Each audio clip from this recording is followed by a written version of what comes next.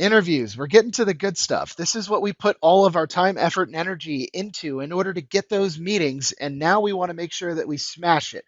And it's so easy to screw these up with little mistakes that, for whatever reason, set people off. So, going back to the idea of we have a pre interview, which we've spent a good amount of time doing a little bit of research and preparation. We have the interview, and then eventually we'll get to the post interview from the standpoint of the workflow and how one finds themselves in an interview, you're looking at HR reaching out to you after they receive your application. They're scheduling that call, and then you have that first interaction with HR. If they like you, they pass you along to the manager. The manager reviews your CV. If the manager says, yes, I'll talk to this person, HR then schedules a call with you. That second call gets confirmed.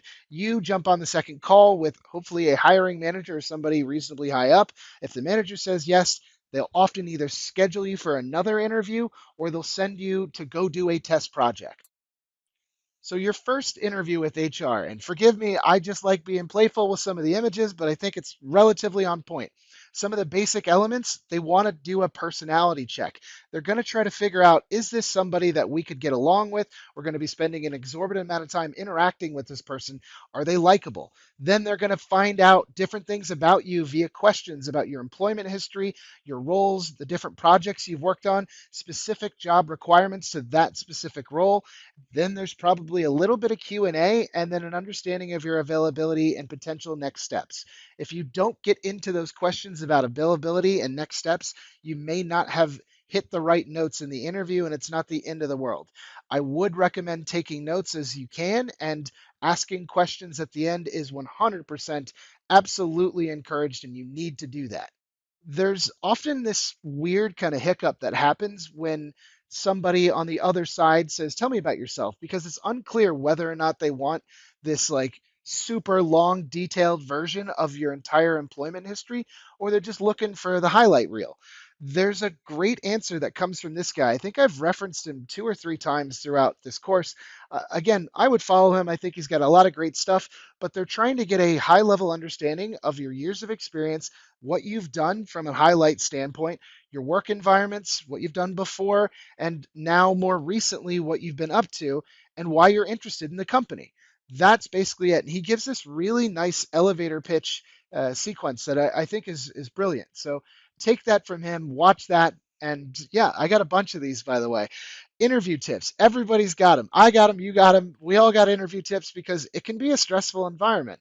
I always forget to smile while talking. It's not always in my nature. So it's definitely encouraged. Do your research. That's always the tip that everybody tells you. Prepare for their questions and ask questions of your own, and then a handful of what not to do. I would watch this guy. I find his content to also be kind of cheeky and interesting. But yeah, there's a good amount of what not to do kind of stuff. And while we're on that, everybody and their mom has a version of what not to do. So feel free to pause and watch these. But yeah, I find them fascinating because it's always the types of people that are saying what not to do that are in this HR role that have this holier than thou attitude. Showing up late, even by 1 second, immediately throws you in the dungeon, and you're going to have to really work to get outside of that. Bringing any negativity or sad kind of experiences, not what they're looking for. Showing any signs of desperation and overwhelming kind of nervousness, that it's not going to really work out for you. Trying to memorize answers and sounding scripted also feels weird, especially when you're just having a natural dialogue. Rambling, like going on and on and on. Just remember that they don't care. They're looking for a really short, concise version. And if they ask you, like, go on, can you tell me more about that? Then feel free. But they're looking for tighter answers. They don't understand the context for the most part, especially if you're talking to a recruiter. Try not to focus on you versus focusing on the company. Everything should be framed around the idea of what I can do for you, what's in it for me, that kind of thing.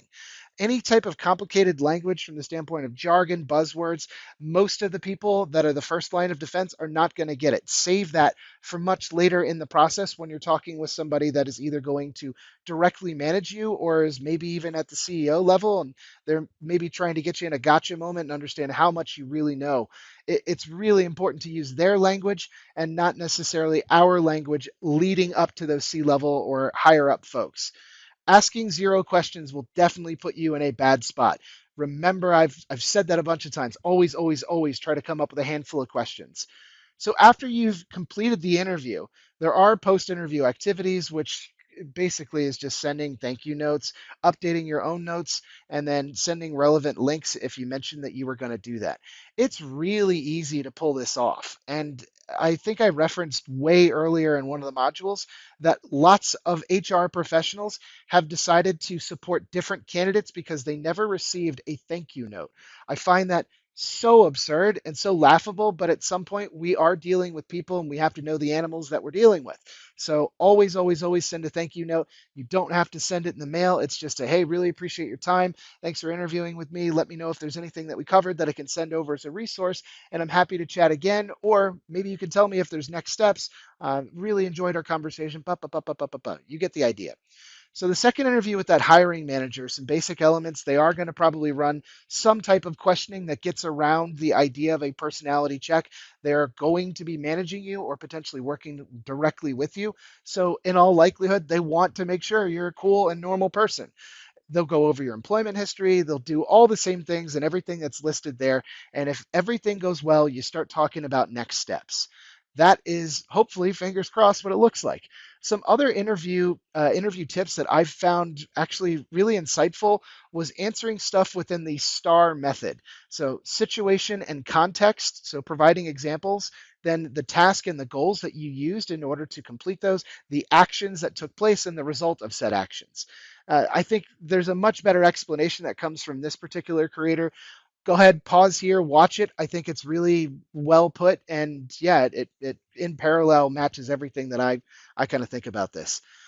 Moving on, ask follow-up questions, take notes, don't be loud hitting on your keyboard. People get like super turned off by that. Just a little notepad off to the side. You don't have to take super detailed notes, and make sure that you're mentioning transferable skills if you're coming in from a non-related field and you're trying to enter a new space.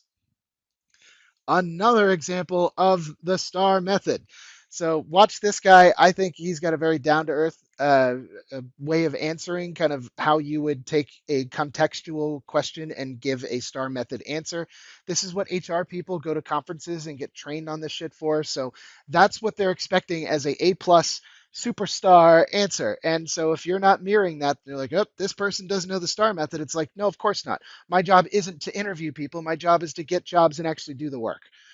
I'll leave it at that. So after your second interview is complete, of course, we're sending the thank you mail and any relevant links, and then potentially looking out for that test project and making sure that we're responding as soon as possible because we don't want to give any additional delays between our time to complete that test project and their chance to interview and talk with other candidates. I want to leave you with a thought, which is basically remember that these are just people that you're interviewing with. The more interviews that you get into, the more that you'll realize that, and potentially the less nervous you'll be.